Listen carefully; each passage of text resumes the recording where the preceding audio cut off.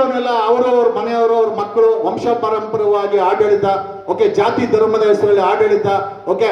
ಇವತ್ತು ಸ್ಕೂಲ್ ಮಕ್ಕಳನ್ನ ಬಿಡ್ತಾ ಇಲ್ಲ. ಹಿಜಾಬ್ ಮತ್ತೆ ಕೇಸರಿ ಸಾಲನ ಹೆಸರಲ್ಲಿ 99% ಇವತ್ತು ರಾಜಕಾರಣಿಗಳ ಮಕ್ಕಳು, ಅಧಿಕಾರಿಗಳ ಮಕ್ಕಳು ಬೇರೆ ಬೇರೆ UK, ಕೆನಡಾ, ಬೇರೆ ಬೇರೆ ದೇಶಗಳಲ್ಲಿ, ಆಸ್ಟ್ರೇಲಿಯಾದಲ್ಲಿ ಓದ್ತಾ ಇದ್ದಾರೆ. ಆದರೆ ಸಾಮಾನ್ಯ ಜನರ ಮನೆ ಹೋಗುವಂತ ಶಾಲೆಗಳಲ್ಲಿ ಜಾತಿ ಧರ್ಮದ ಹೆಸರಲ್ಲಿ ಮಕ್ಕಳನ್ನ ಹೊಡೆದು ಇವತ್ತು ಬೀದಿ ತಳ್ತಾ ಇದ್ದಾರೆ. ವಿ ವಾಂಟ್, ಓಕೆ, ಭ್ರಷ್ಟಾಚಾರ ಮುಕ್ತ ಕರ್ನಾಟಕ ಬೇಕಾಗಿದೆ. ಟೋಲ್ಗೇಟ್, ರಸ್ತೆಗಳಲ್ಲಿ ಟೋಲ್ಗೇಟ್ ಇದೆ, ಟೋಲ್ಗೇಟ್ ಮುಕ್ತ ಕರ್ನಾಟಕ ಬೇಕಾಗಿದೆ. ಡ್ರಗ್ ಮುಕ್ತ ಡ್ರಗ್ ಮಾಫಿಯಾಗಳು ಇವತ್ತು ಮ್ಯಾನುಫ್ಯಾಕ್ಚರಿಂಗ್ ಮಾಡೋ ಮಟ್ಟಕ್ಕೆ ಬಂದಿದೆ. ಡ್ರಗ್ಗಳಿಂದ ರೇಪ್ಗಳು ಜಾಸ್ತಿ ಆಗ್ತಾ ಇದೆ. ವಿ ವಾಂಟ್ ಡ್ರಗ್ ಮುಕ್ತ ಕರ್ನಾಟಕದಲ್ಲಿ ಬೇಕಾಗಿದೆ. ಆಮೇಲೆ ಇವತ್ತು ಲೂಟಿ ಮಾಡೋ ಅಂತ ರಾಜಕಾರಣಿಗಳಾಗಿರ್ಬೋದು, ಅಧಿಕಾರಿಗಳಾಗಿರ್ಬೋದು, ಭ್ರಷ್ಟಾಚಾರ ಮುಕ್ತ ಕರ್ನಾಟಕ ನಮ್ಗೆ ಬೇಕಾಗಿದೆ. ಹಾಗಾಗಿ ಒಂದು ಲೆಕ್ಕಾಚಾರ ಬೇಕಾಗಿದೆ.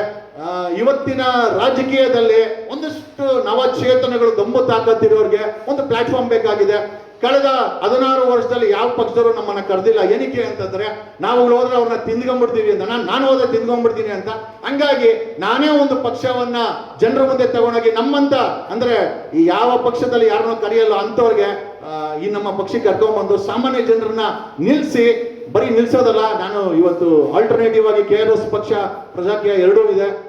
ನಾವೇನು ಅವ್ರನ್ನ ತಳ್ಳಾಗ್ತಾ ಇಲ್ಲ. ಬಟ್ ಬಡವರ ಮಕ್ಕಳನ್ನ ತಗೊಂಡ್ಬಂದು ಚುನಾವಣೆ ನಿಲ್ಲಿಸಿ 200-300 ಓಟ್ ತಗೊಂಡ್ರೆ ಬದಲಾವಣೆ ಆಗಲ್ಲ. ಗೆಲ್ಲಿಸಿದಾಗ ಮಾತ್ರ, ಈ ಕರ್ನಾಟಕದಲ್ಲಿ ಗೆದ್ದಾಗ ಮಾತ್ರ ಬದಲಾವಣೆ ಆಗುತ್ತೆ. ಯಾವ ರೀತಿ TVK ಜೋಸೆಫ್ ವಿಜಯ್ ಅವರು ಒಂದು ಬಿರುಗಾಳಿ ಎಬ್ಬರಿಸಿ ಗೆದ್ಕೊಂಬಂದ್ರು, ಪ್ರಯತ್ನ ಮಾಡ್ತೀವಿ. ಆಗುತ್ತೆ ಬಿಡುತ್ತೆ ನಾವು ಹೇಳಲಿಕ್ಕಾಗಲ್ಲ, ಮುಂದಿನ ಭವಿಷ್ಯ ನಾವು ಹೇಳಲಿಕ್ಕಾಗಲ್ಲ.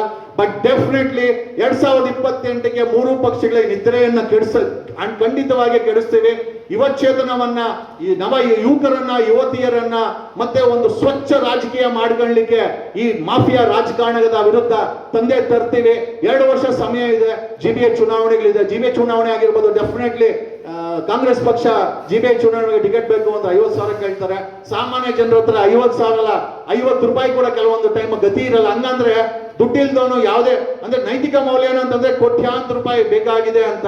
ಇವನ್ JDS ಪಕ್ಷನೂ ಅಷ್ಟೇ, MLCಗೆ ನಿಂತ್ಕೊಂಡಿರೋದು 147 ಕೋಟಿ ಡಿಕ್ಲೇರ್ ಮಾಡಿರುವಂತ ಗೋವಿಂದರಾಜು ಅಂತವ್ರನ್ನ, ಕೋಟ್ಯಾಂತರ ರೂಪಾಯಿ ದುಡ್ಡಿದ್ದು ನಿಮ್ಮಪ್ಪ ರಾಜಕೀಯದಲ್ಲಿದ್ದನು, MP MLC ಆಗಿದ್ರೆ ಇವತ್ತು ನಮ್ಗೆ ಜಾಗ ಇದೆ.